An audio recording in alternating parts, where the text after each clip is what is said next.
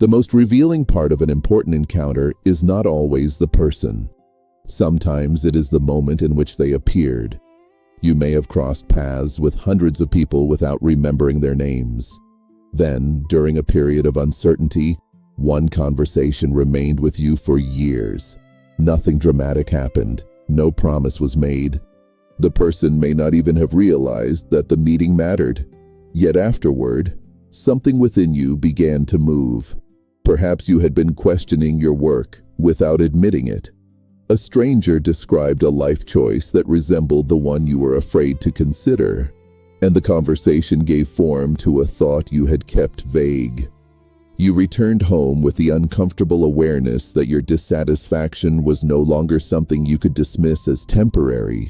At another point in life, you may have been preparing to make a decision that appeared sensible to everyone around you. Then someone asked a question that disrupted your certainty. The person did not offer a complete answer, but their question exposed the part of your plan that you had avoided examining. These moments are often called coincidences because the visible circumstances seem ordinary. Two people happen to sit near each other. A friend introduces someone unexpectedly. A conversation begins because of a delayed train, a changed appointment, or a mistake in scheduling. Nothing in the external sequence appears designed. The psychological effect, however, may be precise. An outer event has met an inner condition at the exact moment when you are capable of receiving its meaning. This is the foundation of what I described as synchronicity. It refers to a meaningful connection between an internal psychological process and an external event, when no ordinary chain of cause and effect can adequately explain their relationship. The event does not force meaning upon you. The meaning appears because something in your unconscious is already active. You may hear the same idea many times and remain unaffected. Then, during a particular stage of life, one person says it in a way that reaches you. The words are not necessarily new. You are new enough to hear them. This is why timing matters. 5 years earlier, you might have ignored the person. 5 years later, the meeting might have arrived after the decision had already been made. At this particular moment, you are standing between an old identity and a new one that has not yet taken shape. The conscious mind dislikes these periods. It wants clarity, stability, and a plan. It wants to know who you are, where you are going, and what will happen if you make a change. The unconscious is more patient. It often begins reorganizing the personality before you understand what is happening. You notice restlessness. A role that once gave you satisfaction begins to feel narrow. A relationship that appeared acceptable starts requiring more effort to sustain. Your goals lose their emotional force. You find yourself drawn towards subjects, places, or possibilities that previously held no interest. At first, you may interpret this as confusion. In reality, a psychological transition may already be underway. An encounter during this stage can become unusually influential because the person provides an image for what is trying to emerge. Imagine a woman who has spent most of her adult life doing what was expected of her. She has performed well, kept her commitments, and built a life that appears successful from the outside. She is not in immediate crisis, yet she feels increasingly absent from herself. The problem is difficult to explain because nothing obvious is wrong. She believes that dissatisfaction would make her ungrateful. As a result, she continues repeating the routine while telling herself that maturity means accepting what she has built. During a professional event, she begins talking with someone who once had a similar career. The conversation is casual. The other woman explains that she eventually realized competence was not the same as fulfillment. That sentence remains. The first woman does not resign the next day. She may not make any visible change for months. Nevertheless, the statement has entered a part of her mind that was already prepared for it. Before the encounter, her dissatisfaction had no clear language. Afterward, she can no longer describe it only as fatigue. The person did not create the conflict. She helped reveal it. This is how someone can function as a messenger without intending to carry a message. The woman who spoke about her career may never know what she initiated. She was simply describing her own experience. The psychological significance belonged to the listener because the words corresponded with an inner situation that had reached a threshold. You should not assume that an important encounter must be equally important to both people. A teacher may remember you as one student among many, while something they said changes your entire approach to life. A stranger may offer kindness during a moment when you had begun believing that the world was entirely unsafe. For them, the gesture may be ordinary. For you, it becomes evidence that your conclusion was incomplete. A person may recommend a book, introduce a subject, or mention a place without imagining that the suggestion will alter your direction. The effect is not measured by how much intention the other person had. It is measured by what became possible within you after the meeting. This does not mean that every encounter has hidden spiritual importance. The human mind is capable of assigning meaning where there may be none, especially when it is lonely, frightened, or desperate for certainty. The purpose of psychology is not to encourage superstition. It is to help you take symbolic experience seriously without abandoning judgment. When an encounter feels meaningful, do not begin by asking whether fate sent the person. Ask what changed inside you. What thought became impossible to ignore? Which possibility became visible? What assumption weakened? Did the meeting confirm something you already suspected? Did it interrupt a decision you were making automatically? Did you begin looking at your life from a position that had not been available before? These questions direct attention toward development rather than fantasy. Suppose you have quietly considered moving to another city. During the same month, the city appears repeatedly in unrelated conversations. One person describes a professional opportunity there. Another has recently moved and speaks positively about the experience. A third sends you information about the region without knowing what you have been considering. The pattern may feel meaningful. You could conclude that the universe is ordering you to move. That conclusion would be premature. The repeated encounters may indicate that the possibility has become psychologically important. They may be gathering your attention around a decision you have avoided. The city itself may represent several things. It could be a realistic opportunity. It might symbolize freedom from a family role. It could also function as an imagined escape from a conflict that would follow you wherever you went. The synchronicity brings the question forward. It does not eliminate the need to investigate. You still need facts. You need to consider work, finances, relationships, responsibilities, and what you expect the change to accomplish. A symbol can open a door in the mind. It cannot make the decision responsibly on your behalf.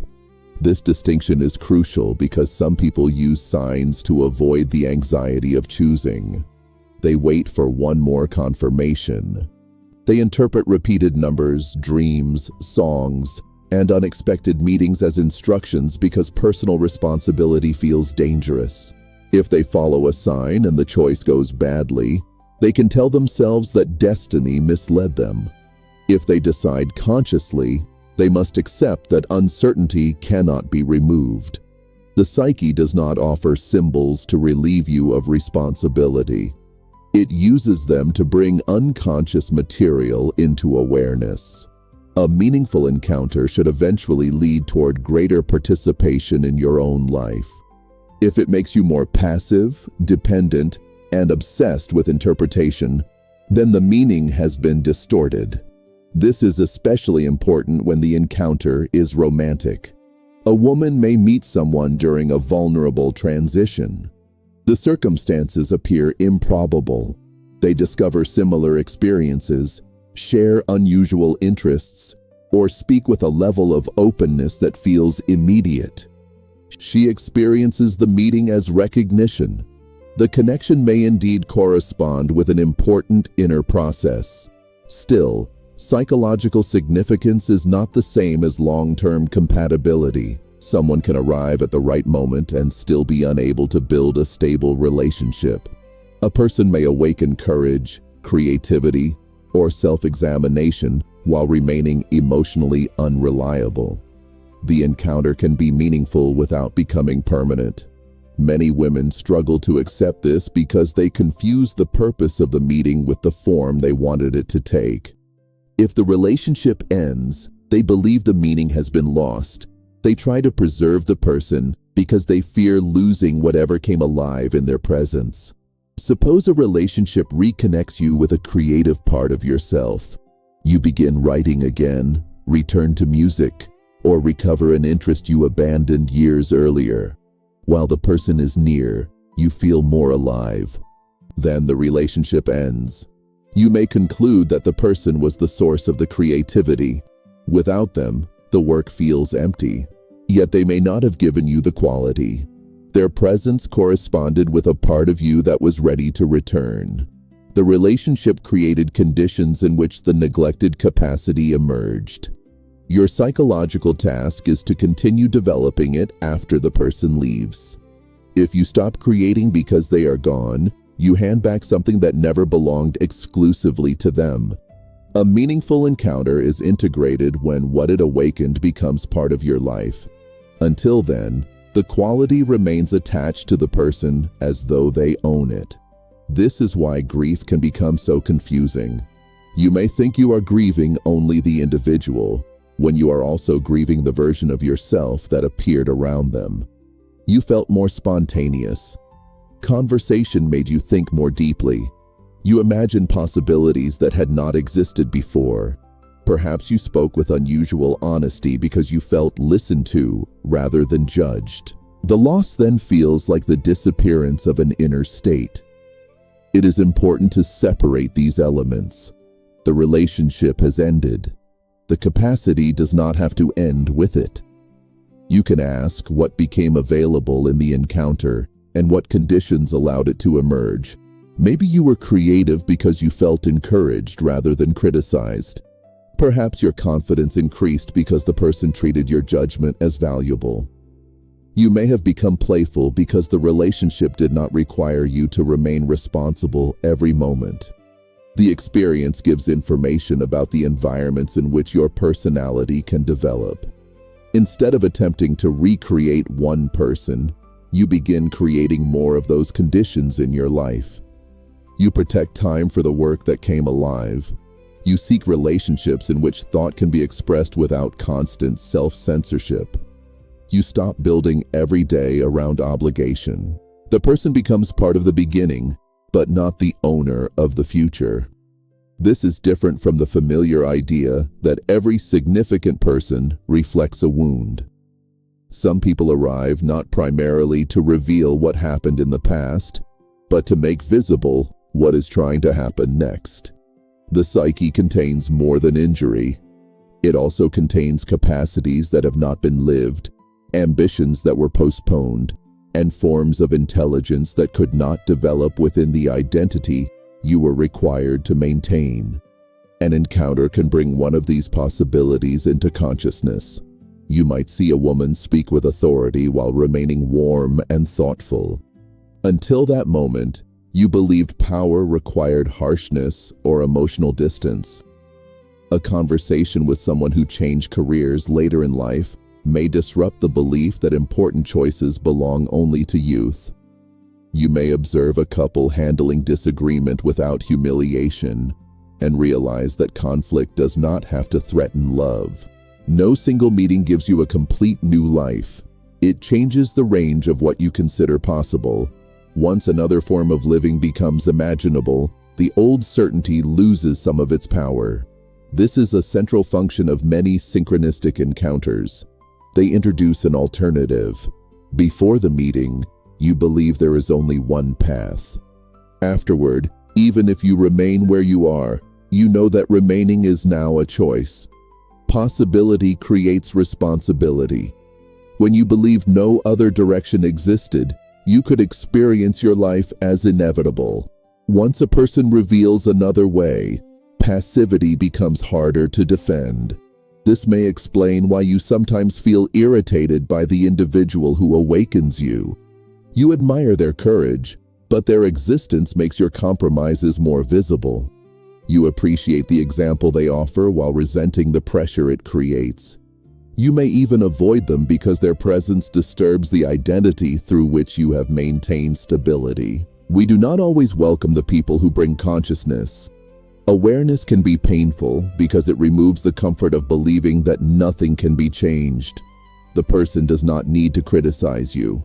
Their life alone may challenge your assumptions. You meet someone who has built a simpler life and realize how much of your effort is organized around impressing people. You speak with a woman who left a respected position because it was damaging her health. Her choice makes it harder to continue calling exhaustion success. You encounter someone who refuses to participate in family expectations that have controlled you for years. You begin questioning whether loyalty requires self-erasure. The psychological effect does not depend upon copying them. The purpose is not imitation. Their life becomes evidence that an alternative exists. You still need to discover the form that belongs to you. Perhaps you remain in the same profession, but change how you work. You may stay in the same city while altering the relationships that made you feel trapped. You could continue caring for others while finally including your own needs in the arrangement. The encounter enlarges consciousness. Your decisions must then become specific to your life. Some people appear to introduce possibility, others arrive as interruption.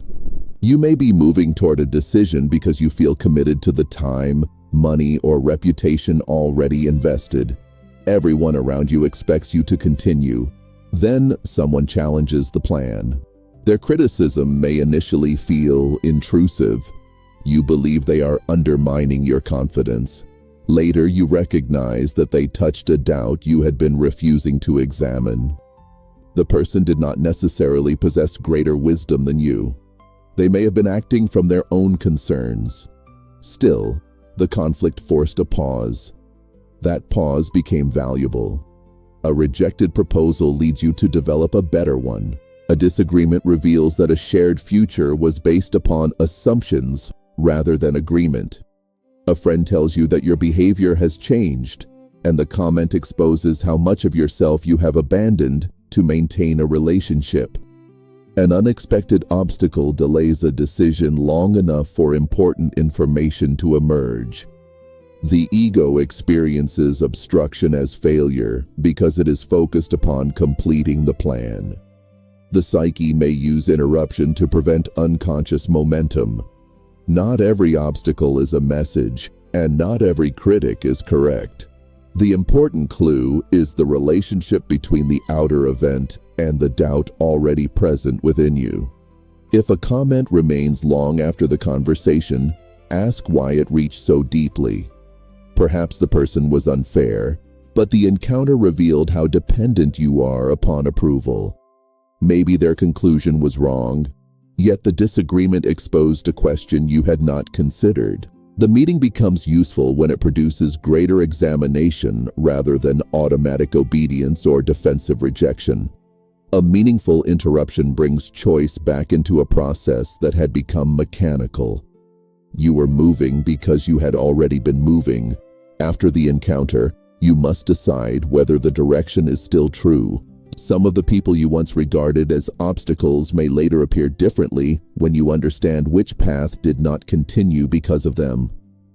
Gratitude may come, although it should not be forced. The person may have been unpleasant, and their behavior may still have been inappropriate. Psychological meaning does not require moral idealization. Someone can contribute to your development without becoming a good person in your story. This distinction allows you to recognize the effect without excusing the conduct. There are also meetings that confirm something you already know but have not trusted.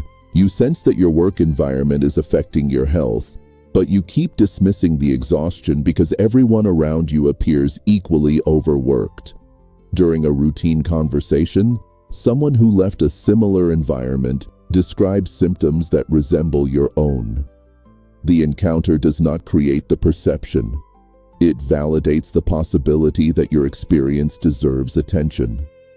A mother may notice that her child is withdrawing, but worry that she is imagining the change. A teacher independently mentions the same concern, allowing the mother to take her intuition more seriously. An idea you have privately considered seems unrealistic until you meet someone who has built something related to it. The meeting does not prove that your plan will succeed. It shows that the possibility exists outside imagination. External confirmation can be powerful for women who have learned to distrust their own judgment. They often wait until discomfort becomes undeniable. They believe a decision is legitimate only when another person approves. The confirming encounter reduces the isolation of private knowledge. Still, it should not become a new dependency. The other person may help you recognize what you already perceived. The next stage requires developing enough confidence to investigate and decide without repeatedly seeking permission. A messenger can open the door. She cannot become your permanent authority. If this reflection is helping you understand why certain people appeared during decisive periods of your life, follow the channel. Here, we explore anxiety, relationships, and the development of the feminine psyche through a Jungian perspective. Some encounters prepare you for events that have not happened yet. At the time, the conversation appears interesting but unimportant.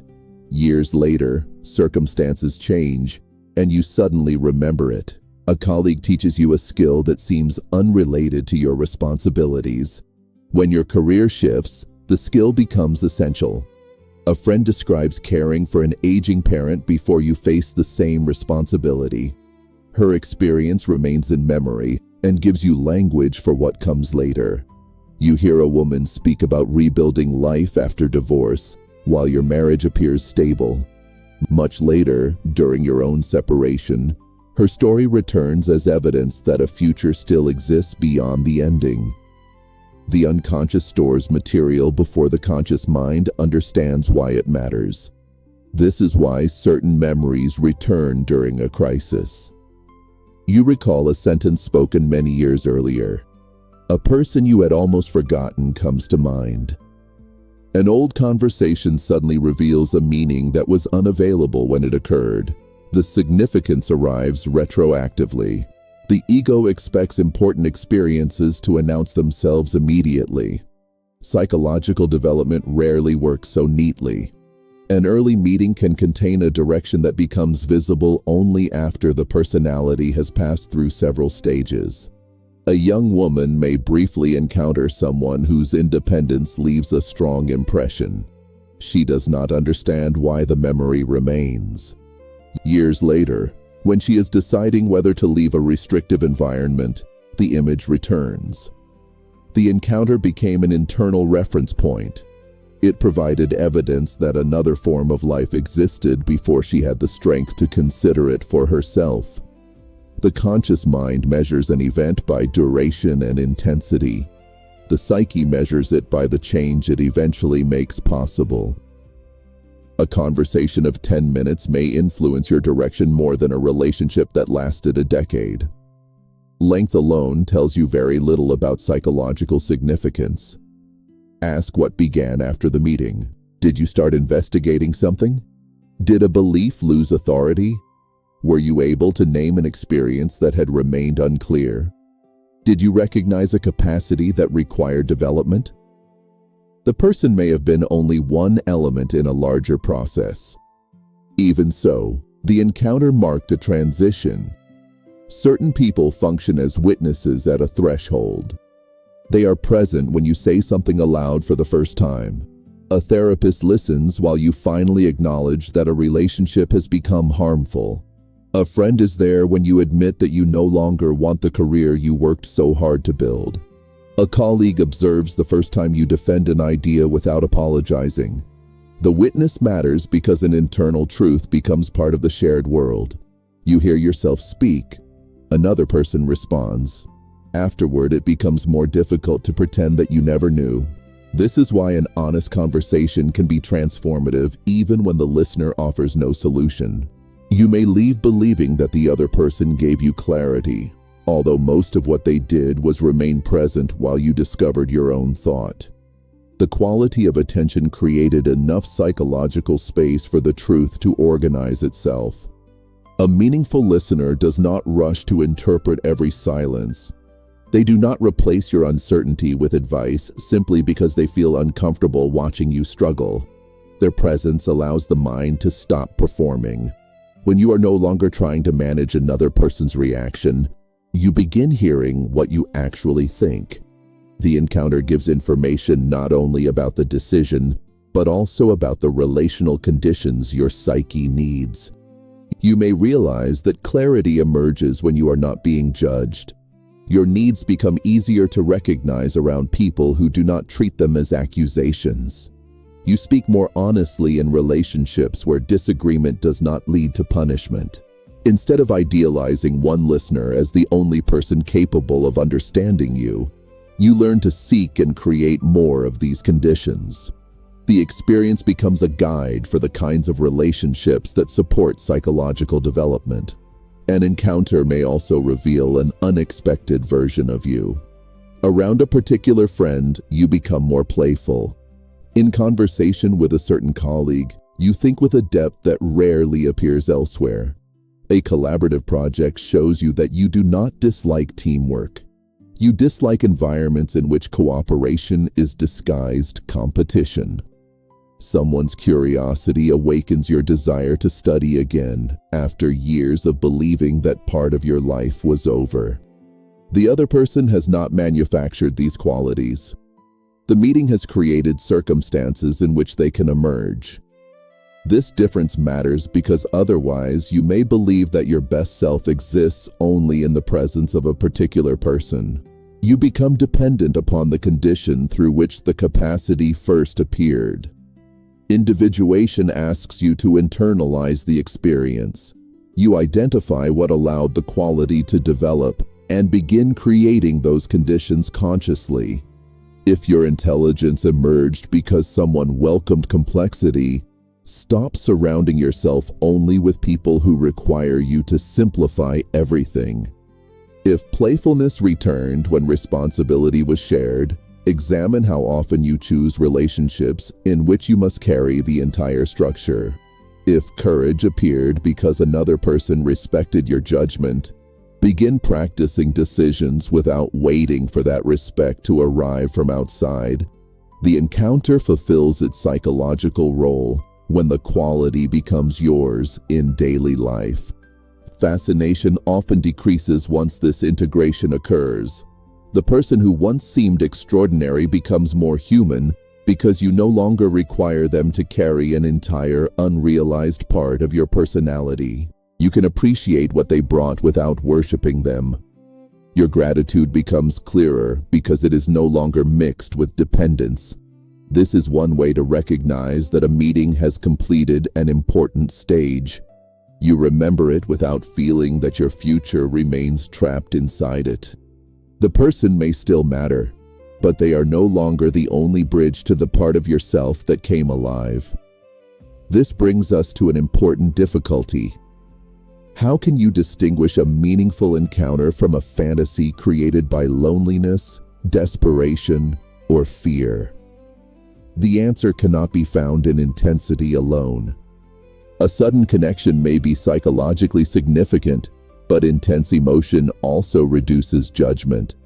When someone has been lonely for a long time, ordinary attention can feel like profound recognition. During confusion, a confident person may appear to possess the answer. In grief, immediate closeness may be interpreted as rescue. The experience can be genuine while your conclusion about it remains inaccurate. You must therefore separate meaning from relationship potential. What has the encounter awakened? What can the person realistically build with you? These are different questions. Someone may initiate an important change while lacking the capacity for consistency, honesty, or commitment. A mentor can open a professional direction and still have serious personal limitations. A romantic partner can awaken creativity without being emotionally safe. A friend can introduce you to a valuable community and later become incompatible with your development. The meeting does not have to be dismissed because the person is limited. The limitation does need to be acknowledged. A meaningful beginning cannot be used to excuse a destructive continuation. Women often become trapped by the origin story. They return to the unusual timing, the improbable circumstances, or the feeling of immediate recognition whenever the present relationship becomes painful. The beginning becomes evidence they use against current reality. They tell themselves that a connection this significant must eventually become healthy. But synchronicity is not a promise about the future. It describes the meaning of a meeting at a particular psychological moment.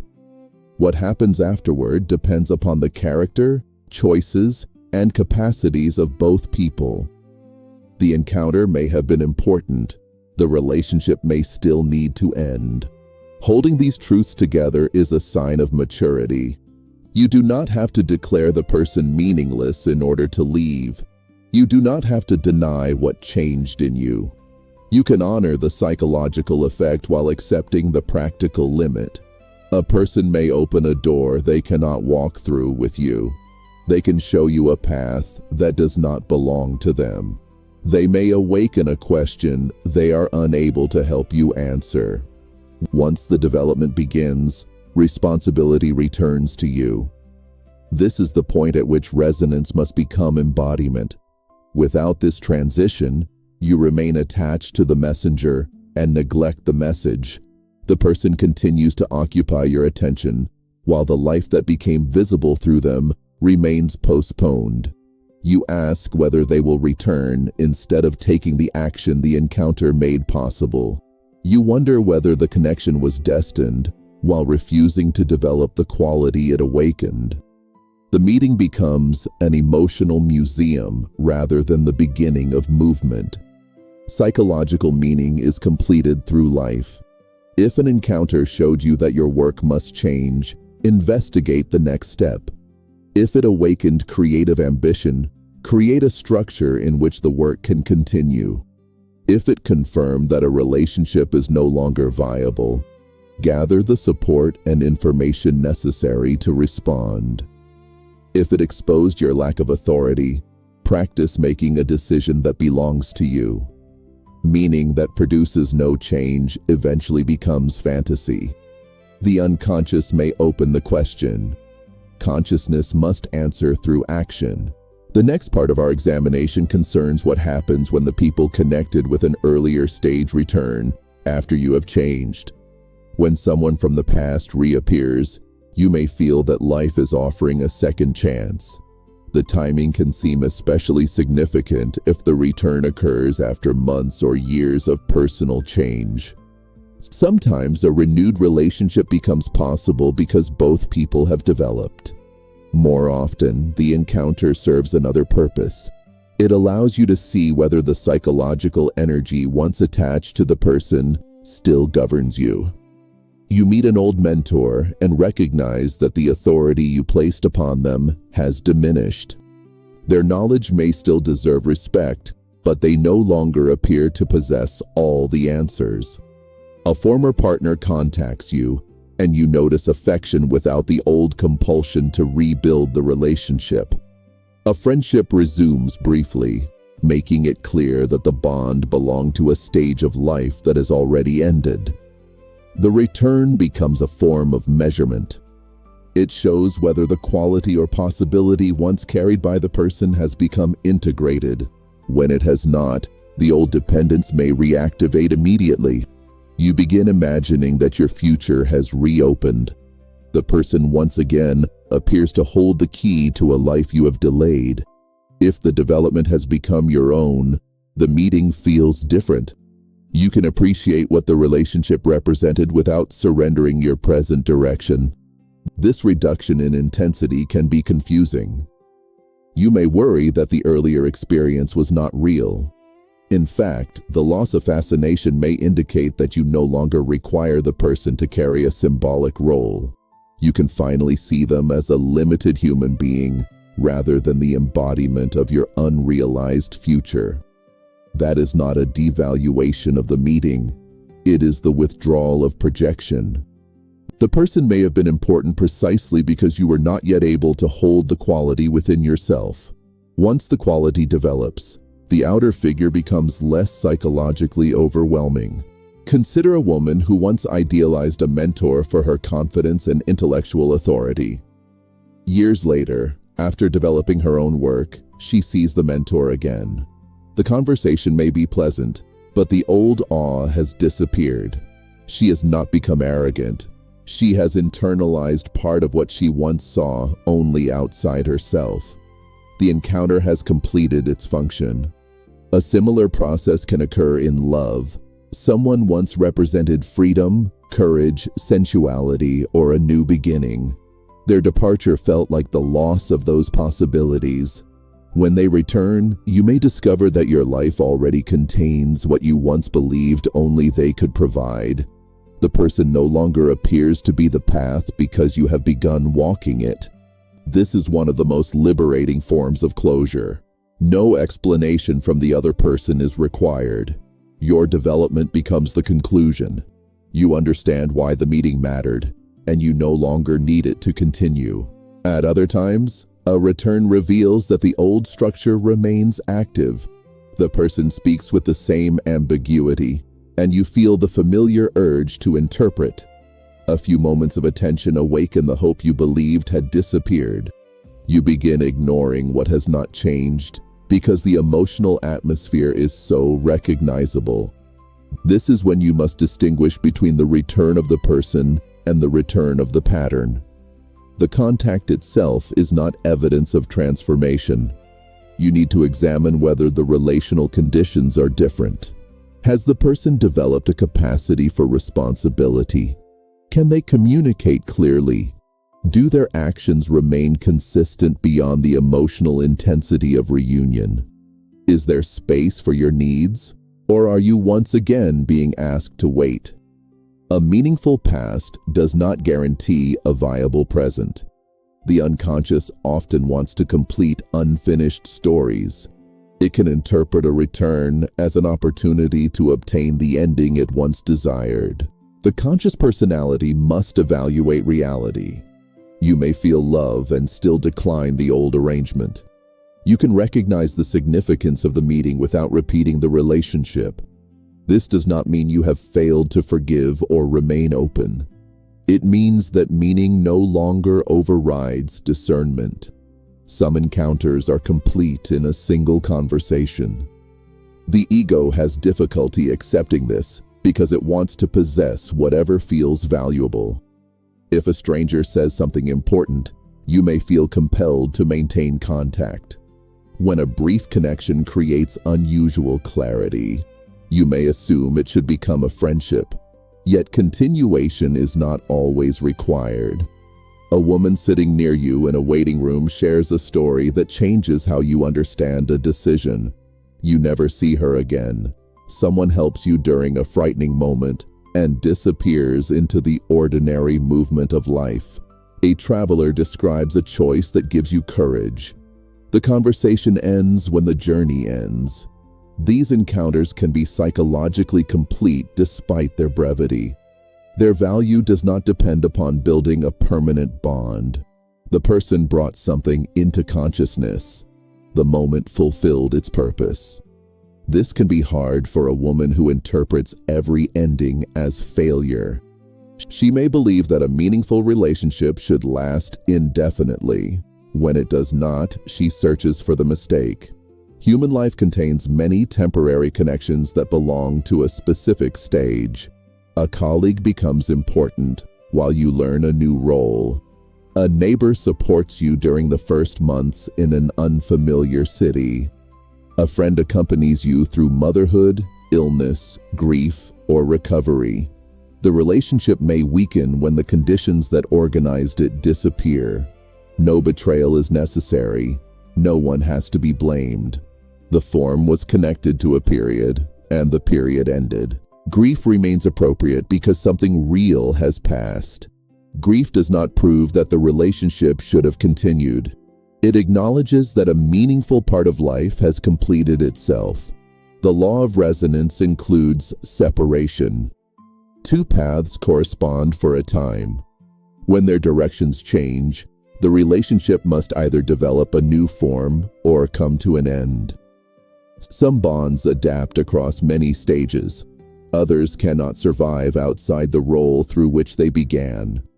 A woman may remain connected to someone because that person remembers who she was before her life became complicated.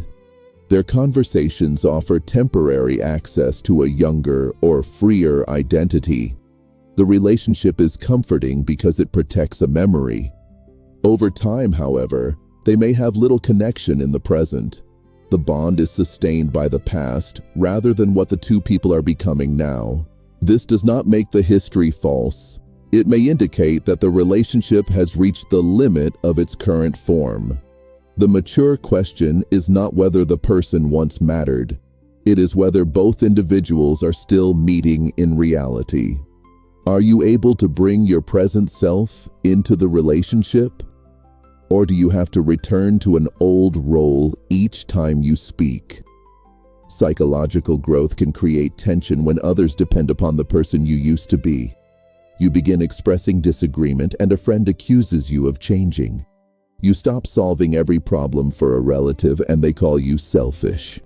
A group built around shared dissatisfaction loses interest in you when you no longer want to organize every conversation around complaint. The old resonance weakens because the psychological positions no longer correspond. This does not mean growth always requires separation. Healthy relationships can adapt. People who value your development become curious about the change, even when adjustment is difficult. Relationships organized around a fixed role are more likely to resist. If someone needs you to remain endlessly available, your boundaries will feel like rejection. When another person depends upon your self-doubt, confidence may appear threatening. A friendship built around mutual avoidance may become unstable when one person starts making decisions. The guilt you feel during this transition can tempt you to return to the old position. You become accommodating again. You minimize the new direction. You apologize for needs that have become clear. Anxiety then increases because the outer relationship requires an inner regression. You are trying to become who you were after consciousness has expanded. This conflict tells you something important. Honoring an encounter does not require remaining in the identity through which it began. You can value the person's role in one period while accepting that your direction has changed. You do not need to rewrite the relationship as a mistake. What helped you at one stage can become restrictive at another without having been false. A mentor who gave you essential structure at the beginning may become limiting when your own judgment develops. A partner who supported you during a crisis may struggle when you regain independence. A community that once provided belonging may feel narrow as your interests become more specific. The resonance changes because you change. It is useful to notice not only who is entering your life, but also who is becoming less central. A thinker whose work once guided you no longer speaks to the questions you are asking. A social environment that once felt exciting begins to feel repetitive. You lose interest in a friendship sustained primarily through criticism of other people. The gradual reduction of energy can indicate that a lesson has been integrated or a stage has ended. This does not justify disappearing without consideration. Conscious separation involves respect. When appropriate, you communicate honestly. You acknowledge what the relationship provided. You avoid turning growth into contempt.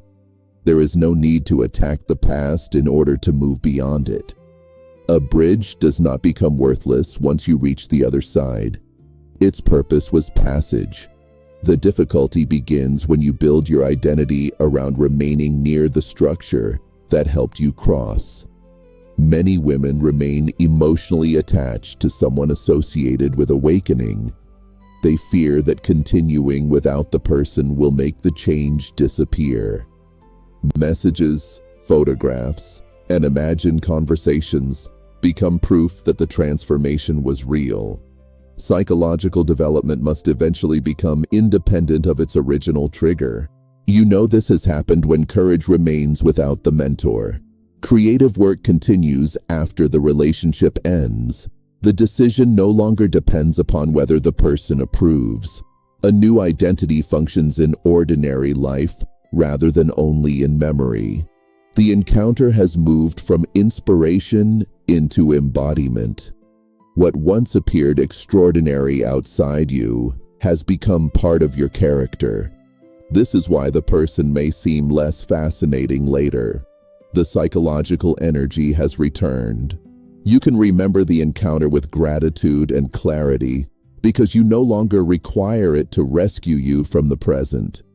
Difficult meetings can also carry developmental significance. Not every important person introduces hope or possibility. Some encounters reveal a danger, a boundary, or a response you must learn to make. You meet someone and experience immediate uneasiness. There is no obvious explanation. The reaction might come from projection, prejudice, or an unrelated memory. It should not be treated as infallible intuition. It should not be dismissed automatically either. The body can register details before the conscious mind organizes them. A contradiction between words and expression. An attempt to create closeness too quickly. A subtle refusal to accept your answer. The person's tone may be friendly, yet you feel pressured. The meaningful part of the encounter may be that it teaches you to investigate discomfort rather than overriding it to appear agreeable. Imagine entering a professional arrangement with someone who is persuasive and highly regarded. During conversations, you feel rushed into agreement, but everyone else seems impressed. You assume that your discomfort reflects insecurity. Later, the person begins ignoring boundaries and changing agreements.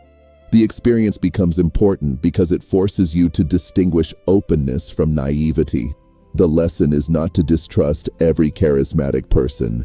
It is to stop treating your perception as an inconvenience.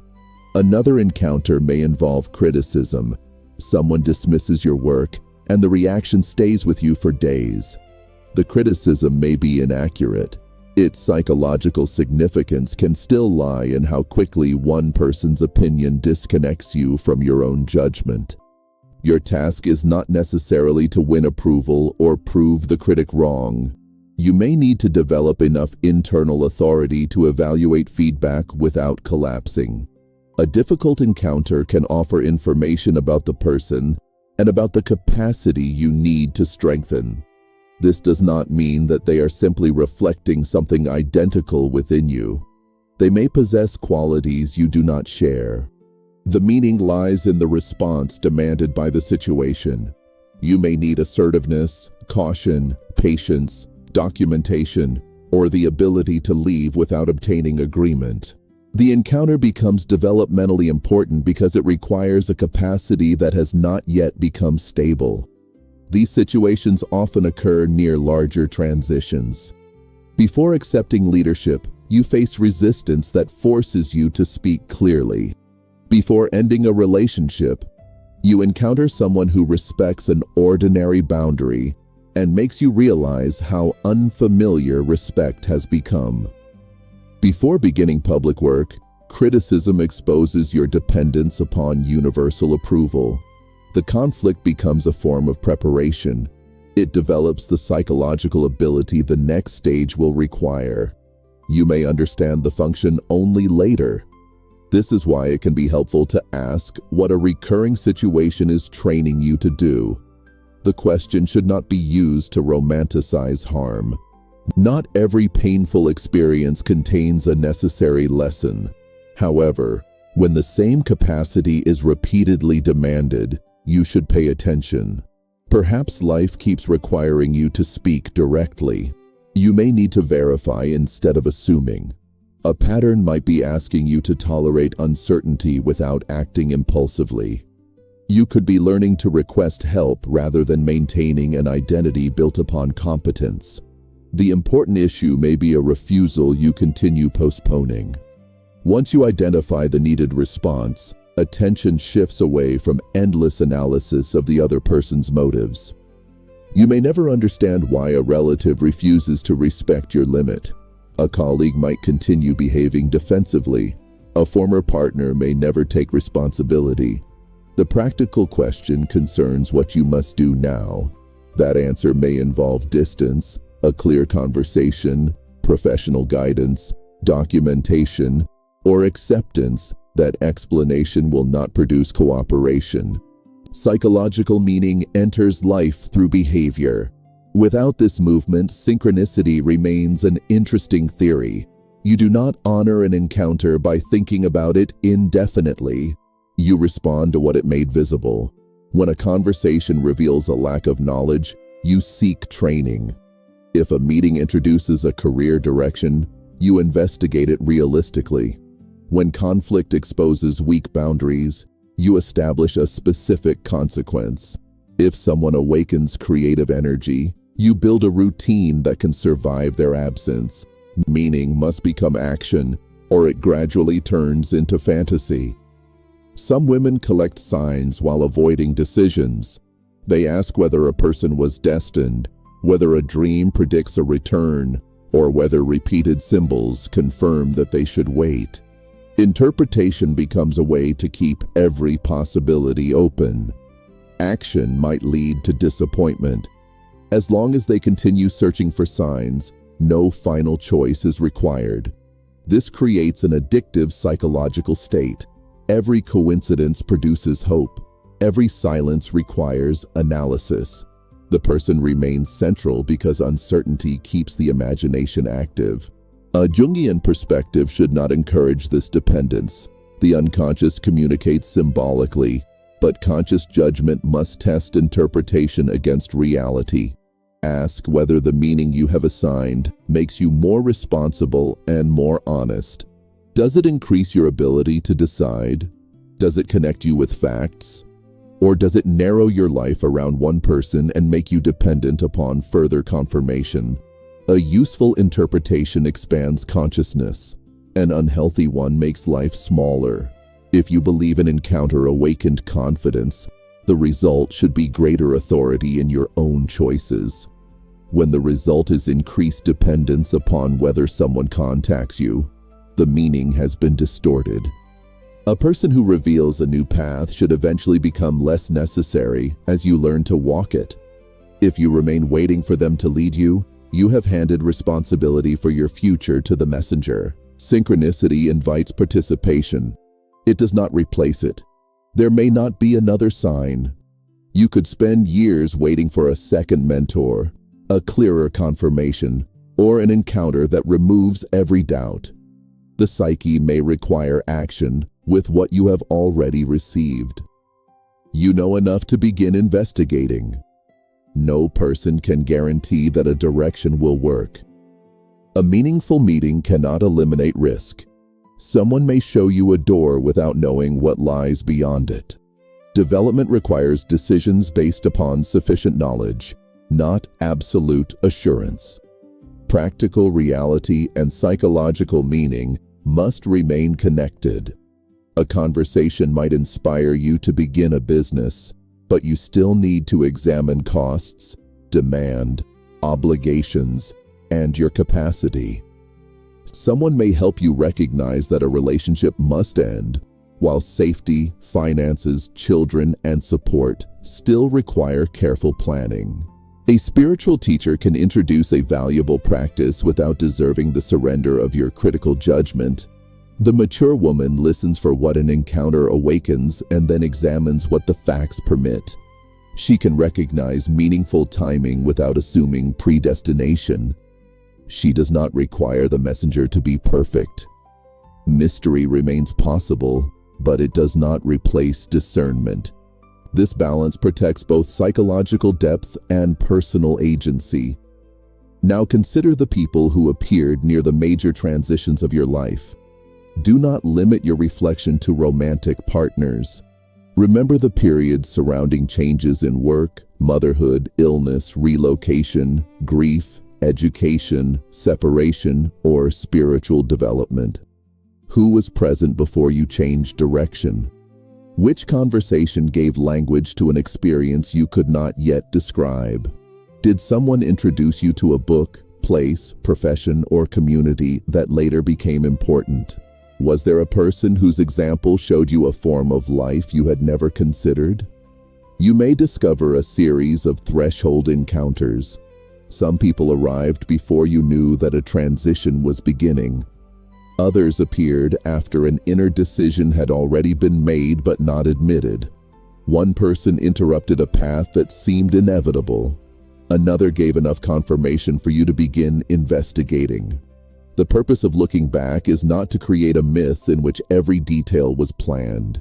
It is to recognize that human relationships participate in psychological development. You have not become yourself in isolation. People have contributed questions, warnings, examples, opportunities, challenges, and forms of attention. Some knew what they were giving. Others continued with their lives without realizing the effect. Recognition can produce gratitude without idealization. A former employer may have treated you unfairly, while the experience led you to develop skills that later protected your work. A friend might have introduced you to an important community before the relationship became incompatible with your values. A partner may have supported one part of your growth while being unable to participate in another. Human encounters are rarely simple. Someone can contribute something valuable and still cause harm. You do not need to erase either reality. You may acknowledge that the timing mattered while deciding that you would never choose the relationship again. The meeting can change your direction without making the person suitable for your future. This complexity frees you from classifying everyone as either a blessing or a mistake. They became part of the conditions through which you developed. What matters now is what you have done with the encounter. I want to offer you a practical exercise that will help you understand these meetings without turning them into stories of fate. Create a timeline of the major stages of your adult life. Mark periods in which identity, work, relationships, health, family responsibilities, or location changed significantly. Place the people who appeared near those transitions. Include those who remained for years and those whose presence was brief. For each encounter, describe the situation that existed before the person arrived. Focus on what you were questioning, postponing, beginning to recognize, or trying not to see. Then record what changed afterward. Avoid writing only about emotion. Identify the concrete effect. A decision may have become possible. You might have begun studying a subject, seeking help, speaking more directly, or reconsidering a belief.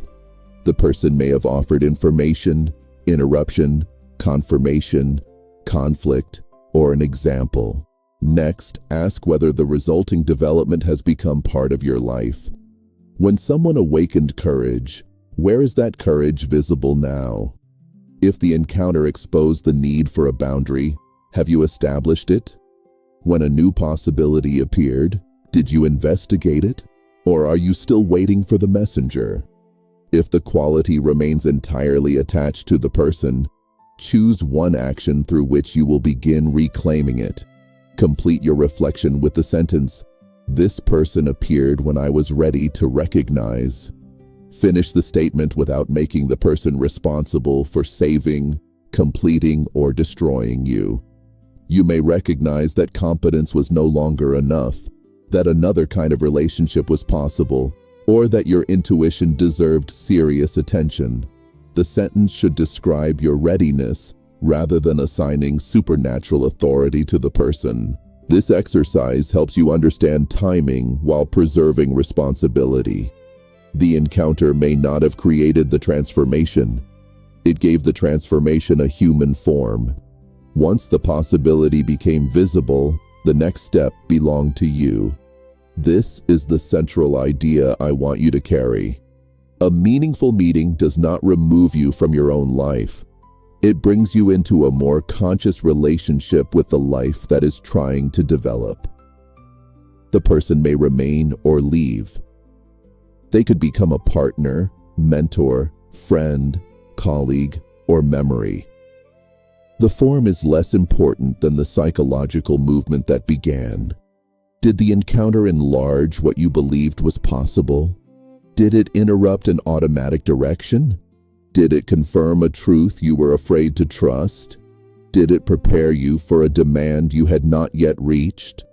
If so, the meeting can remain significant even when the relationship is no longer present. You do not have to pursue the person to preserve the development. There is no need to force a brief connection into permanence. You do not need proof that fate arranged the meeting. Continue what became possible because of it.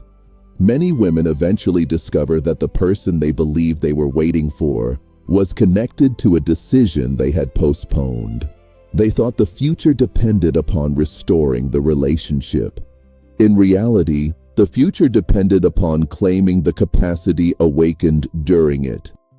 When this becomes clear, attention returns to the present. The question is no longer whether the person will return. You begin asking what life now requires, because you have seen something you can no longer honestly deny. This is movement toward individuation. You live from the consciousness gained through the encounter, instead of remaining emotionally fixed at the moment it occurred. The meeting becomes integrated memory rather than an unfinished command. You can look back without needing to go back. Gratitude does not eliminate judgment. Mystery does not create passivity. The person may have appeared at a psychologically precise moment because you were prepared to recognize what their presence brought into view. They were not the entire meaning. The meaning was what became possible through the encounter. One person may accompany you into a new stage.